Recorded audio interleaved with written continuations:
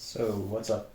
I just wanted to make a quick video. I've actually never done any sort of unboxing video before of the Pitbull Guitars ES-TL series. So it's a hollow body featuring a Trini Lopez style guitar kit based on the Gibson ES-335.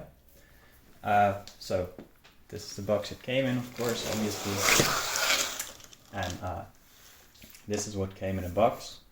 As you can see, it's already been unpacked. Just for your reference, I'll just give you a quick overview of all the parts and their qualities and my first impressions. And maybe perhaps I'll also shoot a video on the progress of me actually finishing this guitar. I've got some packages coming for that. So first you'll know, of course, it's a semi-hollow body, so there's a center block running through the middle. I was actually expecting this weight. I think it's about maybe 1 kilogram, relatively light. The finishing and the routing is actually pretty okay, especially in this kind of price point. So as you can see, there's binding here on the diamond F holes. There's a slight mark here where you can see some glue marks. Also the holes that have been drilled, there's some bits sticking out, but nothing you can't fix with a little bit of sanding paper. So onto the back, there's a nice even finish. Actually pretty surprised by the quality of this. I think this is actually basswood, so it's a kind of cheaper wood you would expect. Also here in the neck pocket, as you can see, the binding is nice and even. Even continues down here to the neck. Overall, I think the quality is pretty good actually. I'm pleasantly surprised. Let's move on to the neck.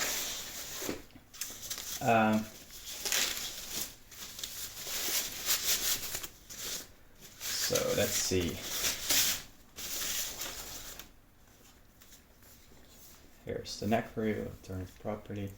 As you can see, it has a split diamond inlays. I think this is a rosewood fretboard. I'm not actually sure, since it was shipped from Australia to the European Union. I don't think rosewood is allowed anymore, but anyway, it's a kind of pretty good finish. Nice white binding along the frets. The nuts actually, well, it looks rather cheap, but it feels quite sturdy and well, it's something you can expect in this price point, I guess. The frets are quite low, a bit wider. Actually, the quality of the frets, or at least the shaping, is pretty well. It feels rather smooth. There's no edges sticking in your fingers, which of course, as you probably know, is something that tends to happen in this price point. So all in all, I think yeah, pretty decent finish. The maple feels nice. It's a really sturdy neck. Feels comfortable to hold. So let's move on to the electronics then. There's quite a big hefty bag, which contains everything from pots, the pickups, strings, pickguard. I'll open for you really quick. I think this is pretty standard stuff, so you probably might want to upgrade these parts. At least everything is here. Let's start with the pickups. I think these are pretty cheap parts, which are pretty standard. I'm not really an expert on these, so I honestly couldn't tell the build quality. It feels quite sturdy. Yeah.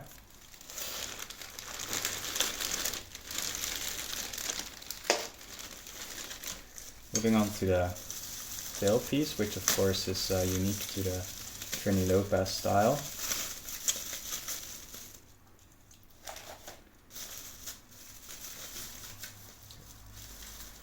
Small staple. As you can see, this is the tailpiece. Actually feels pretty sturdy. I actually expected to be this a bit cheaper, but yeah, feels like a more expensive type of alloy. It will look pretty. Moving on, here are the pots. Pretty standard stuff. Barrels, I think. Yeah, capacitor, mounts for the bridge.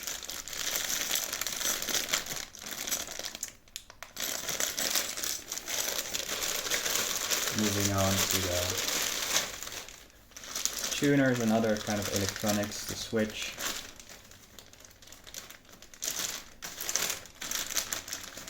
Let's just get one out real quick. As you can see, pretty decent standard tuners. They're quite wiggly. I think there's not really a lot of play in the gears itself, which is alright. Of course, the springs are quickly get the switch out, which is also, I think, pretty standard component. It's, yeah, there's quite some wiggle in this, quite some play, so you probably might want to replace this part.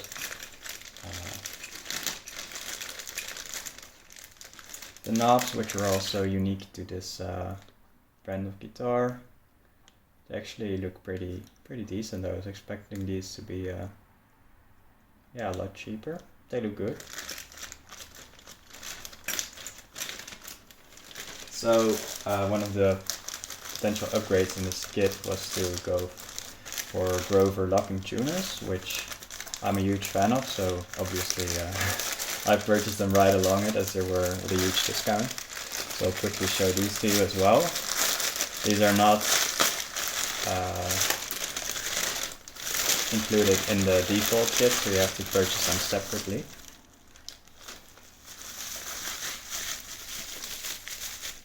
Nice bag. So these are the locking tuners, as you can see. They look quite similar. I think string goes in here, you just turn it. It actually feels a bit heavier, way more solid. So I think these are a great upgrade. Definitely go for it if you can. I guess that is it. Overall, I'm actually surprised, especially by the quality of the body, as I was expecting this piece to be bass wood, which is normally the cheaper kind of wood. But yeah, it seems alright. There's actually a bit of a natural pattern in the wood, which actually yeah, would be decent if you use a kind of natural finish. So yeah, that's basically it. Sorry for the probably lacking qualities. Perhaps I'll shoot another video of me, yeah, assembling it, finishing it, playing it hopefully, and we'll see how it goes.